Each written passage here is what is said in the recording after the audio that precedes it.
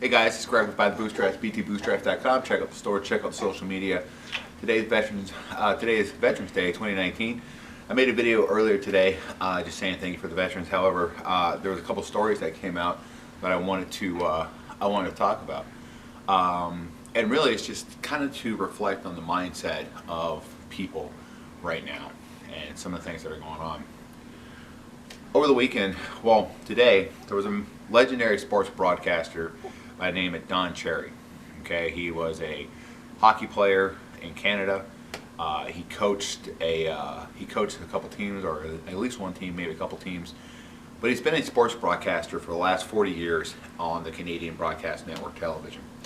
And he put out a statement where he was on a live broadcast, and he was making the comments about how in Canada, for the Remembrance Day, which is the same as our Veterans Day here, I guess the tradition is when you're in Canada, you buy a poppy flower and you wear it on your lapel of whatever outfit you're wearing.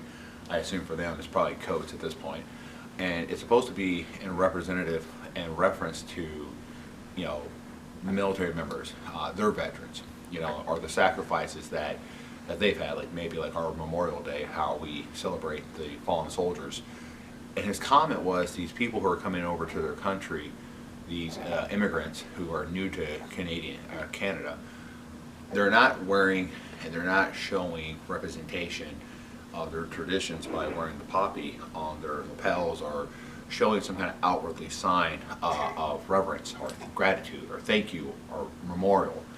And so he was making the comment that these people, they enjoy the milk and the honey of the Canadian system, of the Canadian way of life, but yet they don't show reverence to traditions.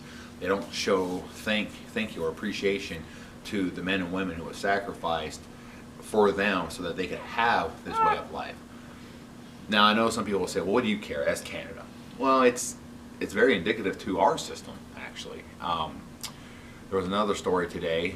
The University of Virginia, sorry, they are doing away with the 21 gun salute for Veterans Day.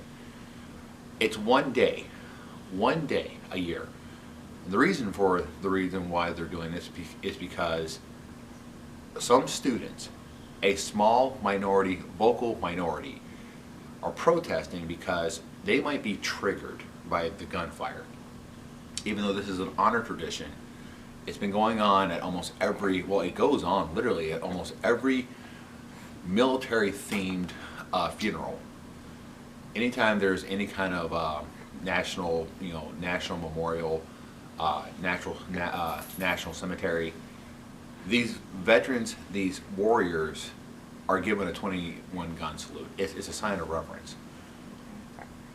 Because some people might be triggered and they might get panicked, they're going to cancel the event. So instead of everyone else who might have attended this, this ceremony, you're telling all those people that we're not going to honor you on Veterans Day because a very vocal yet small minority group of people might complain. Okay, if you're going to do this, then why are we not banning video games, particularly first-person shooters, Call of Duty, any of the first-person shooter games, but certainly Call of Duty, which I know is a huge one.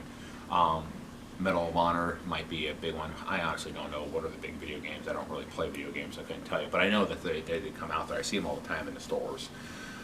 But why are we not banning those? Why are we not banning action movies? Why are we not banning any reference to a gun of any kind? If these people are going to be triggered by the sound of volleys of gunfire, which, by the way, they're not real rounds. It's not like they're shooting bullets into the sky. All right, it's just a representation of it. But if they're going to be triggered by this and they might get upset, then we should be canceling and doing away with every form, every reference of a gun of any kind, period. Which means no more action movies, no more TV shows with guns. Goodbye, all your crime drama TVs. No more music videos with weapons representative. No more video games of that nature. Any of that stuff. It should be completely removed. Because we are dishonoring the people who have made a sacrifice, well, those who have died, first of all, but also those who have been hurt, maimed, PTSD, mental issues.